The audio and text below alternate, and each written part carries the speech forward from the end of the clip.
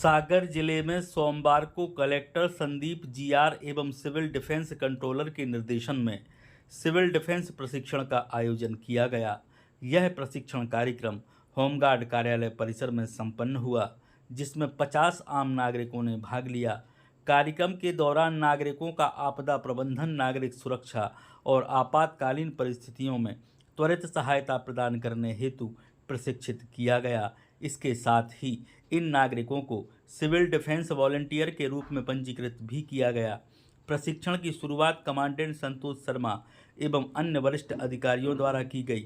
उन्होंने उपस्थित लोगों को नागरिक सुरक्षा की महत्वता और इसकी जिम्मेदारियों के बारे में विस्तार से जानकारी दी।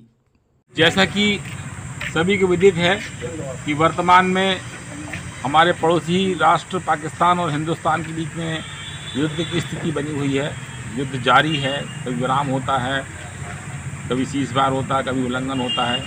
तो ऐसी स्थिति में जो है किसी भी देश की सुरक्षा दो तरह से की जाती है, एक एक्सटर्नल और एक इंटरनल। एक्सटर्नल सुरक्षा के लिए हमारी आर्मी, बीएसएफ और अन्य फोर्सेस काम करती हैं। इंटरनल सिक्योरिटी के अंतर्गत पुलिस, एसएएफ, होमगार्ड आदि संस्थाएं, बलधारी यूनिट काम करती हैं।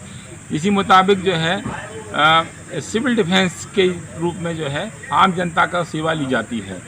तो आम जनता को जो है ये इसमें सिविल डिफेंस के लिए समय ट्रेनिंग दी जाती है कि अगर आपके यहाँ पर ऐसा हमला होता है तो आपको जो है क्या कार्रवाई करनी है। तो नागरिक सुरक्षा जो है इसको छोटी भाषा में कहा जाता है नागरिक सुरक्षा वह सुरक्षा है जिसमें जनता के द्वारा जनता के लिए दुश्मन द्वारा किए गए हवाई हमले या प्राकृतिक आपदा के प्रकोप को कम करने के लिए स्थानीय प्रशासन की मदद से जो कार्रवाई की जाती है उसे नागरिक सुरक्षा कहते हैं। मतलब जनता के द्वारा जनता के लिए ही सेवा। जब कभी ऐसी विभिन्न स्थिति आती है तो ऐसी स्थिति में एक ही समय पे अचानक बहुत बड़े इलाके में बहुत बड़ी आपदा होती है, बहुत संख्या में लोग मारे जाते हैं, लोग घायल होते हैं, बिल्डिंग कोलैप्स होती हैं, खतरनाक स्थिति में रहती हैं, जानवर मर जाते हैं। मौसम के अनुरूप जो है स्थिति बड़ी भयावह रहती है।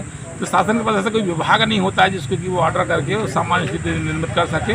अतः ऐसी स्थिति से निपटने के लिए आम जनता में से ही जो देश की सेवा की भावना रखते हैं उनको शांति काल में ऐसी ट्रेनिंग दी जाती है कि ऐसी आपदा स्थिति आती है तो आप जो है आग से, प्रथमोपचार से, कोई लोग भूखे हैं उनको सप्लाई सर्विस, कोई किसी को वाहन की आवश्यकता है तो वाहन जिसके पास में हो या ड्राइवरी जो करता हो, तो ऐसी साल सर्विस, किसी का कीमती सामान है उसको एकत्रित करना, ऐसी 12 स्तर की सेवाएं के रूप में काम करती हैं। ये 12 सेवाएं जो होती हैं कि जहाँ पर घटना हुई है, जहाँ पर आपदा आई है, उस स्थान पर जहाँ आप नज़र उठाएंगे वहाँ पर एक सेवा का जन्म होता है। तो ऐसी स्थिति से जो है सागर जिले को वर्तमान में जो है सिविल डिफेंस कैटेगरी टाउन घोषित किया गया है। जो पूर्व में मध्य प्रदेश में 5 जिले हुआ करते थे, इंदौर, जबलपुर, ग्वालियर, भोपाल, कटनी। ये वो शहर होते हैं जो दुश्मन की दृष्टि से महत्वपूर्ण होते हैं, जिसमें दुश्मन अपनी कम से कम शक्ति का प्रयोग करते हुए सामने वाले राष्ट्र की अधिक से अधिक बर्बादी करना चाहता है।